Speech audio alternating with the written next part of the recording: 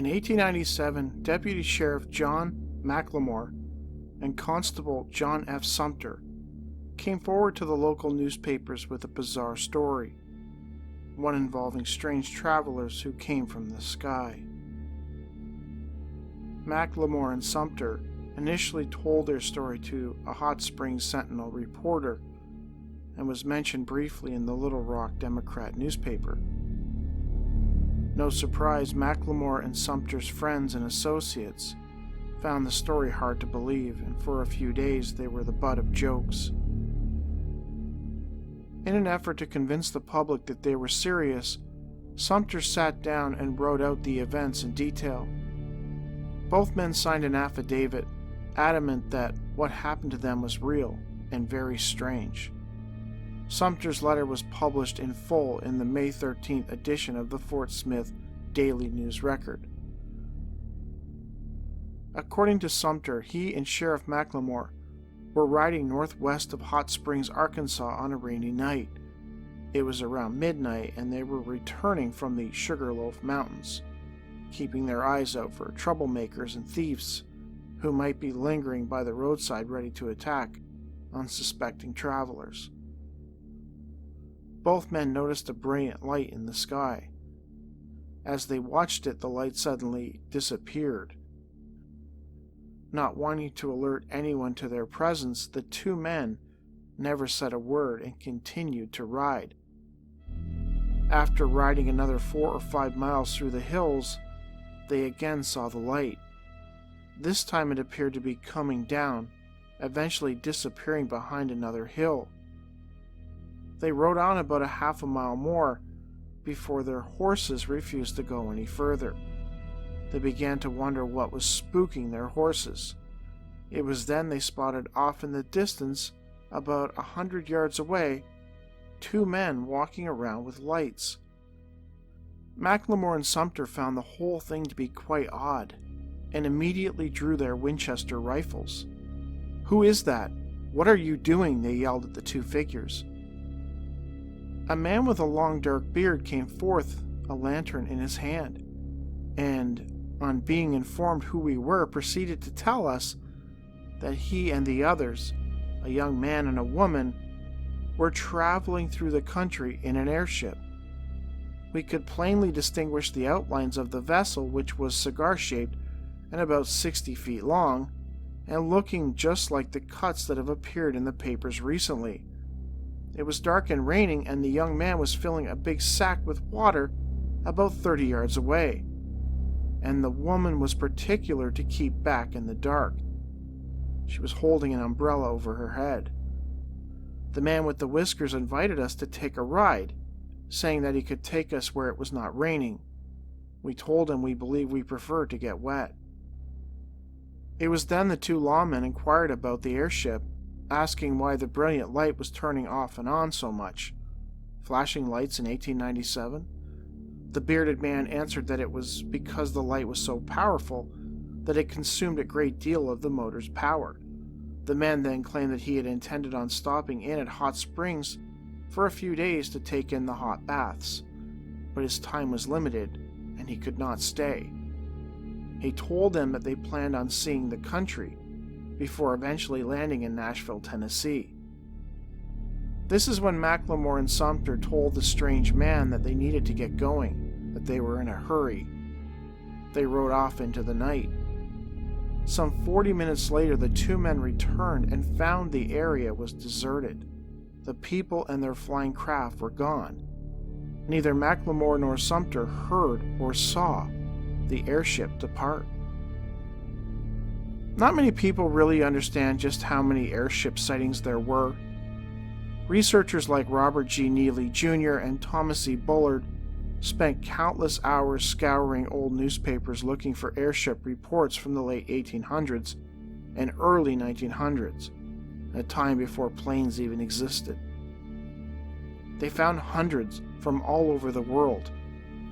1897 seemed to be the most active year, with reports coming in every day, sometimes up to 3 or 4 in a single day.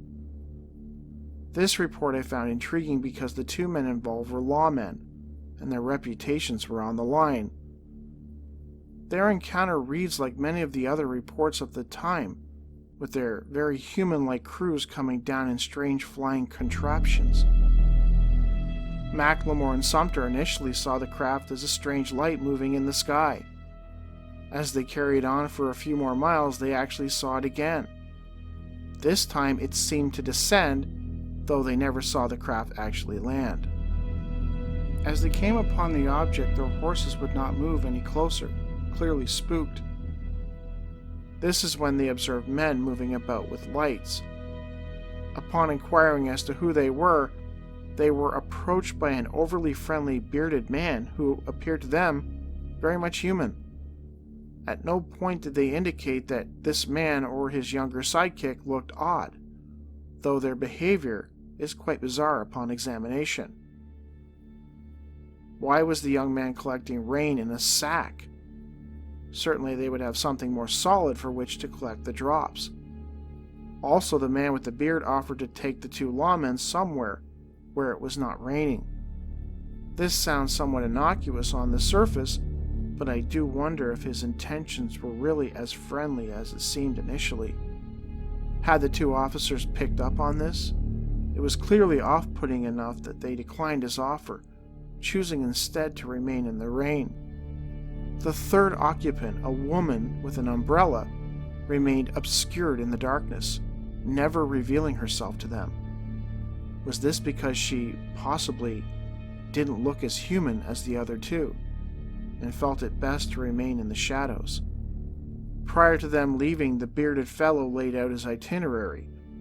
It is unclear why he did this beyond trying to convince them that he was just like them. As with most of these airship reports, there was no explanation given, nor was anyone found to be zipping around in homemade flying machines in the late 1800s. I do sometimes wonder if the UFO phenomenon tailors itself to the time periods that they're in.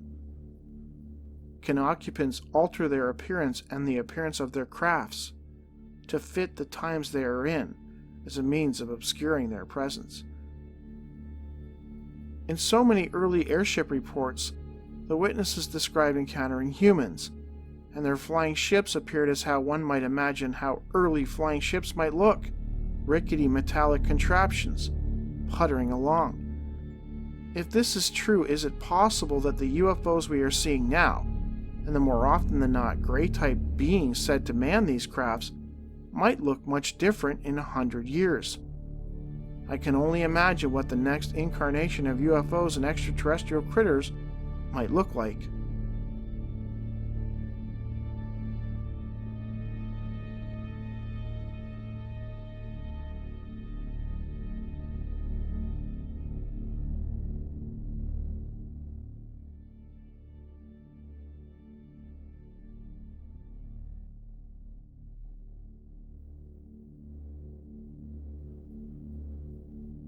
In the September 7, 1887 edition of the Jewell County Monitor, there is a story of a man who experienced missing time, followed by the discovery of a strange surgery. As I said, this is 1887, when the entire notion of alien abduction, missing time, and mutilations were almost unheard of. It was Wednesday, August 31st, 1887, 12 o'clock in the afternoon. Farmer John Miller was working in his kitchen, cleaning, when he decided to stop and head out to his barn to feed the animals. About 2 hours later, he returned to his house and discovered, by the blood trickling down his leg, that he had suffered an injury. Upon investigation, he found that one of his testicles had been removed. Curiously, the incision was, quote, neat and effective, as if performed by a skilled professional surgeon. Though the strangest aspect of the story was yet to be revealed. Miller claimed that he had absolutely no memory of what had transpired in the barn, as he could not remember anything after he entered the door to when he stepped back into the kitchen and discovered his injury. He could not remember even a second in between, as if that period of 2 hours was wiped from his memory. He specifically noted that he could not recall anyone striking him or attempting to chloroform him, or interfering with him in any manner. A doctor called out to the farm examined Miller thoroughly and found no marks indicating violence beyond the incision, and Miller himself seemed to be suffering no ill effects, the type of which one might feel had they been struck unconscious or knocked out with a chemical agent. Speaking to the Phillipsburg Dispatch, the attending physician, Dr. Hout, offered up his own theory, the only one that could explain away the bizarre circumstances. He thought possibly that chloroform had been used by somebody to incapacitate Miller. He noted that upon checking him, he discovered that Miller's heart was palpitating, which to him offered some evidence that the chemical agent had been applied. He was certain that Miller was the victim of foul play and thought the person or people who performed the surgery had been prevented from finishing their work by the copious blood flow, which he thinks may have scared them away. Hout noted that Miller was treated and was now doing fine. So much of this story is just bizarre, and looking at it now, more than 100 years later, knowing what we know about abduction and missing time, the case seems to take on a greater importance. The doctor seemed inclined to blame chloroform, a chemical agent that, when applied to a person's mouth or nose, can incapacitate them sometimes in mere seconds. Though, depending on the amount used, most people aren't incapacitated for long periods of time, especially not for 2 hours. Dr. Houck only came to this conclusion based on Miller's heart rhythm, though earlier he noted that Miller seemed to be suffering no ill effects, the type of which one might feel had they been given a chemical agent. Miller did not indicate feeling drowsy or having a headache as one might feel after being chloroformed. In fact, the only thing alerting him to the notion that something was wrong was the blood trickling down his leg. Miller himself mentioned that he had no memory of being attacked or interfered with. He merely stepped through the barn door and was, for 2 hours, gone. I believe that when Miller stepped through that barn door, he encountered something he wasn't supposed to. Whatever that something was, it was not only capable of wiping his memory for 2 hours, but also capable of performing a delicate surgery, described by Miller himself as, quote, neat and effective. At no point does the article mention how much, if any, blood was found in the barn, which would add yet another layer to the mystery. It seems very unlikely that in 1887, highly skilled surgeons were lurking around farms, hiding in barns, waiting to knock out unsuspecting farmers in order to steal their testicles. The whole notion of it is laughable. That said, given our knowledge of extraterrestrials, years of research into the cattle mutilation mystery, we can now see this case for what it is, a human mutilation case. What the entities might have wanted with Miller's testicle is up for debate, though. Is it possible that his surgery was done as a means to remove something diseased? In Preston Dennett's book, UFO Healings, True Accounts of People Healed by Extraterrestrials, he lists hundreds of cases in which people described how non-human entities intervened to cure them from any number of diseases. I have to wonder if this case is yet another example of that. On the surface, what happened to Miller all sounds very sinister. But what if it wasn't?